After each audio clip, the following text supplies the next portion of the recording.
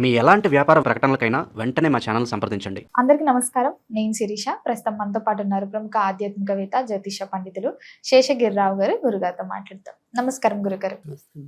గురుగారు, జూన్ మాసంలో మకర రాశి వారికి ఎలా ఉండబోతుందంటారు? ఎలాంటి జాగ్రత్తలు తీసుకోవచ్చు అంటారు? ఆర్థిక పరంగా, ఆరోగ్య పరంగా ఈ నవగ్రహాల ప్రభావం కూడా ఎలా ఉంటుందంటారు ఈ మాసంలో వీరికి? రైట్. మకర రాశి వారికి అయితే కనుక ఈ నెలలో వీరికి కూడా ఎక్కువ శాతం మంచి ఫలితాలు ఉంటాయి. సో ఆరోగ్య విషయంలోనూ, జీవిత భాగస్వామి విషయంలోనూ మధ్య మధ్యలో కొంతవరకు ఇబ్బందులు తలెత్తుతాయి తప్ప మిగతా విషయాలు అంటే వ్యాపారం కావచ్చు, ఉద్యోగం కావచ్చు, సో ఇలాంటి విషయాల్లో ఎంతో కొంత అభివృద్ధి, కొంత ఉపశమనం లభించడానికి ఉంది. సో జాగ్రత్త పడాల్సిన విషయాలు ఆరోగ్యం, జీవిత భాగస్వామి, ఇలాంటి విషయాల్లో మాత్రం మధ్య మధ్యలో ఇబ్బందులు తలెత్తడానికి ఉంది. మరి గురుగారు, విద్యార్థులకు కూడా ఎలా ఉంటుందంటారు? విద్యార్థులకైతే కనుక ఎక్కువ శాతం మంచి ఫలితాలు ఉన్నాయి. సో వారు ఎంచుకున్న రంగాల్లో ముందుకు వెళ్ళటం అనేది అయితే కనుక జరుగుతుంది. సో సాధారణంగా మకర కుంభరాశుల వాళ్ళిద్దరికీ కూడా కొద్దిగా కష్టంతోనే ఫలితం దక్కటం అనేది ఉంటుంది. వీరిద్దరికీ కూడా శని అధిపతి అవటం చేత సో అందుకని బాగా కష్టపడాలి. సో బద్ధకం అనేది ఉంటుంది. ఆ బద్ధకాన్ని కనుక కొంత తగ్గించుకొని చదివినట్టయితే కనుక ఖచ్చితంగా శుభ ఫలితాలు అయితే వీళ్ళకున్నాయి. ఉద్యోగ రంగంలో ఉన్న వారికి కూడా ఎలా ఉంటుందంటారు? ఉద్యోగ రంగంలో ఉన్న వారికి కూడా మనం ఇందాక చెప్పుకున్నాం, ఉద్యోగం, వ్యాపారం ఏదైనప్పటికీ కూడా ఇందులో అయితే కనుక కొంత అభివృద్ధి నెలలో లభించడానికి అవకాశాలు ఎక్కువగా కనిపిస్తున్నాయి. ఎందుకంటే ప్రస్తుతం అయితే కనుక వీరి యొక్క ఉద్యోగ కారకుడు, అదృష్ట కారకుడు సక్షేత్రంలోనే బుధుడు సంచరించడం అనేది జరుగుతుంది. తర్వాత మరి అసలు ఉద్యోగ కారకుడు అంటే భాగ్యకారకుడు, ఉద్యోగ కారకుడు అంటే మళ్ళీ రెండు రకాలు ఉంటాయి. అంటే సర్వీస్ ఇచ్చేవాడు బుధుడు, అసలు రాజ్యాధిపతిగా శుక్రుడు అనమాట. సో ఆయన కూడా ప్రస్తుతం అయితే కనుక 6వ ఇంట్లోనే ఉండి జూన్ 12 నుంచి మళ్ళీ 7వ ఇంట్లోకి చేరుకోవటం అనేది ఉంది. సో అందుకని ఖచ్చితంగా ఉద్యోగాలకు మంచి టైం ఇది. తర్వాత లాభాధిపతి కూడా ప్రస్తుతం జూన్ 20వ తారీఖు వరకు కూడా స్వక్షేత్రంలోనే గమనించడం అనేది కూడా ఉంది. సో అందుకని ఆ రకంగా కూడా మంచి అనేది ఉంది. సో అందుకని ఎలా చూసుకున్నప్పటికీ కూడా వృత్తి ఉద్యోగాల్లో ఉండే వాళ్ళకి గౌరవ మర్యాదలు పెరగడం అనేది ఉంది. అయితే జూన్ 12 తర్వాత ఒక్కోసారి ఆకస్మికంగా ఉద్యోగ మార్పులు కానీ, తర్వాత ఉద్యోగ బదిలీలు కానీ అలాంటివి ఏవైనా సరే అవసరమయ్యే పరిస్థితులు ఏర్పడవచ్చు. కానీ ఖచ్చితంగా అభివృద్ధి అయితే కనుక జరుగుతుంది. మరి వివాహ యోగం కూడా ఉందంటారా? వివాహ పరంగా కూడా ఎక్కువ శాతం మంచి ఉంటుంది. అందులో ముఖ్యంగా ఇప్పుడు ఏంటంటే సప్తమ స్థానంలోనే గురుడు సంచరించడం అనేది ఉంది. దాంతోపాటుగా ఇప్పుడు సప్తమ స్థానంలోకి శుక్రుడు చేరుకోవటం అనేది కూడా జూన్ 12 నుంచి ఉంది.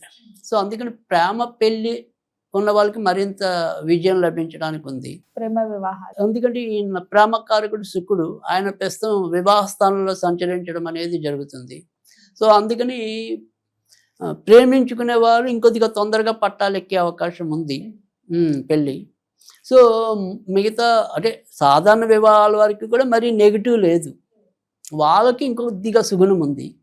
బట్ వీళ్ళు కూడా పర్వాలేదు, కష్టపడితే మంచి జరుగుతుంది. కానీ మనం మొదట్లో ఒక మాట చెప్పాం, ఇప్పటికే జీవిత భాగస్వాములు ఎవరైతే ఉంటారో వాళ్ళు జాగ్రత్తగా ఉండాలని ఒకటి చెప్పాము. వ్యక్తిగత ఆరోగ్య విషయంలో కూడా కొంతవరకు జాగ్రత్తగా ఉండాలి అని చెప్పాము. సో అందుకని ఈ గురు శుక్రుల కలయికలో ఇప్పటికే పెళ్ళైన వాళ్ళకి మాత్రం కొంత ఇబ్బందులు ఉంటాయి కుటుంబ పరంగా. సో అప్పటిదాకా వీళ్ళిద్దరు కొద్దిగా సఖ్యతగా ఉన్నా కూడా ఏదో ఒక రూపంలో ఇద్దరు కూడా కలహించుకోవాల్సిన పరిస్థితులు రావటం, సో ఆకస్మికంగా ఒకరికొకరు వేరుగా ఉండవలసిన పరిస్థితులు వాటంతటికి అవే ఏర్పడటం. సో ఈ రకంగా కొంత ఇద్దరి మధ్య ఏదైనా సరే అనురాగం సన్నగిల్లే పరిస్థితులు ఏర్పడడానికి అవకాశాలు ఉన్నాయి. మరి రాజకీయ రంగంలో ఉన్న వారికి కూడా ఎలా ఉంటుందంటారు? రాజకీయ రంగంలో ఉన్న వారికి పర్వాలేదు, ఎక్కువ శాతం మంచి ఫలితాలు ఉన్నాయి. సో ఖచ్చితంగా వారు అనుకున్న పెద్ద పదవులు కాకపోయినా కనీసం కొంత వీళ్ళు సంతృప్తి చెందించడానికి వీలైన పరిస్థితులు అయితే కనిపిస్తున్నాయి. మరి గురువు గారు, క్రీడాకారులకైనా సినీ రంగంలో ఉన్న వారికైనా ఎలా ఉంటుందంటారు? సో ఖచ్చితంగా కవులు, క్రీడాకారులు, కళాకారులు ఎవరైనప్పటికీ కూడా ఈ నెల ఆశాజనకంగానే ఉంటుందని చెప్పచ్చు. సో కొద్దిగా ప్రతిష్టాత్మకమైన విజయాలు పొందడానికి, అవకాశాలు లభించడానికి అవకాశాలు కూడా ఎక్కువగానే కనిపిస్తున్నాయి. పెట్టుబడులు పెట్టడం కానీ కొత్తగా వ్యాపారం స్టార్ట్ చేద్దాం అనుకుంటే చేయొచ్చు అంటారా ఈ మాసంలో? తప్పకుండా చేయొచ్చు. అయితే పార్ట్నర్‌షిప్ వ్యవహారాల్లో ఉన్న వాళ్ళు మాత్రం కొంతవరకు జాగ్రత్త తీసుకోవటం అనేది అవసరం గానీ, మిగతా సాధారణ వ్యాపారాల వాళ్ళందరూ కూడా చక్కగా చేసుకోవచ్చు. అంతేకాకుండా ఎవరైతే ఎగుమతి, దిగుమతి, ఇంపోర్ట్ అండ్ ఎక్స్‌పోర్ట్ అలాంటివికి సంబంధించిన వ్యాపారాల్లో ఉన్నవారికి కూడా మరింత మంచి జరగడానికి ఉంటుంది.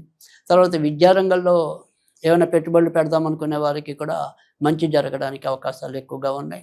తర్వాత స్త్రీలకి సంబంధించిన ఉత్పత్తులు, వ్యాపారాలు చేద్దాం అనుకునే వాళ్ళకి కూడా అలాంటి వాళ్ళకి కూడా మంచి జరగడానికి అవకాశం ఎక్కువగా ఉంది. మరి గృహయోగం, వాహన యోగం 2 యోగాలు ఉన్నాయంటారా? తప్పకుండా. ఎందుకంటే ఇప్పుడు ప్రస్తుతానికైతే గనుక వీరి యొక్క గృహకారకుడు సత్యత్రంలోనే సంచరించడం అనేది జరుగుతుంది. ఆ తర్వాత జూన్ 20 దాకా ఆయన అలాగా అక్కడే ఉండటం అనేది, తర్వాత జూన్ 20 తర్వాత కూడా చెడులోకి వెళ్ళటం లేదు. సో అందుకని ఇళ్ళకి సంబంధించిన విషయాలు అయితే కనుక ఖచ్చితంగా ముందుకెళ్తాయి. సో వాటికి సంబంధించిన ప్రయత్నాలు అయితే కనుక ఖచ్చితంగా చేసుకోవచ్చు.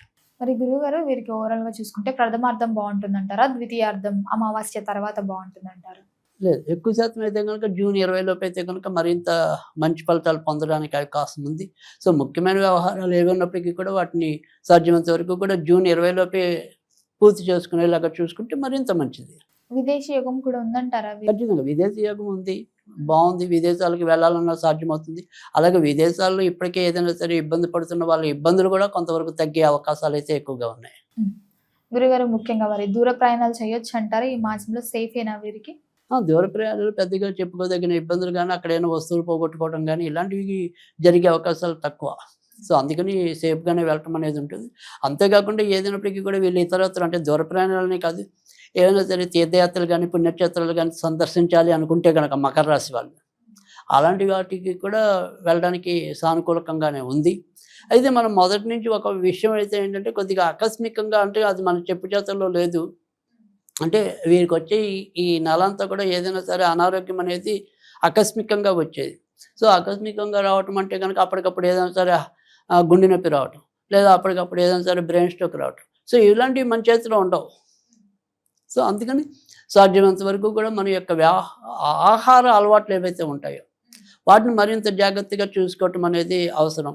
సో చెప్పా పెట్టకుండా వచ్చే రోగాలే అధికంగా వచ్చే అవకాశాలు ఎక్కువగా కనిపిస్తున్నాయి. అందుకని అదింత జాగ్రత్త అనేది అవసరం. మరి గురుగారు ఈ మాసంలో వీరికి ఏ రోజులు బాగా కలిసి వస్తాయి అంటారు? ఏదైనా ప్రారంభించాలంటే మనం రోజులు చూసుకుంటుంటాం కదా, ఏ రోజు బాగుంటుంది? బుధ, శుక్ర, శనివారాలు అయితే కనుక ఉన్నంతలో మంచి జరగడానికి అవకాశం ఎక్కువగా ఉంటుంది.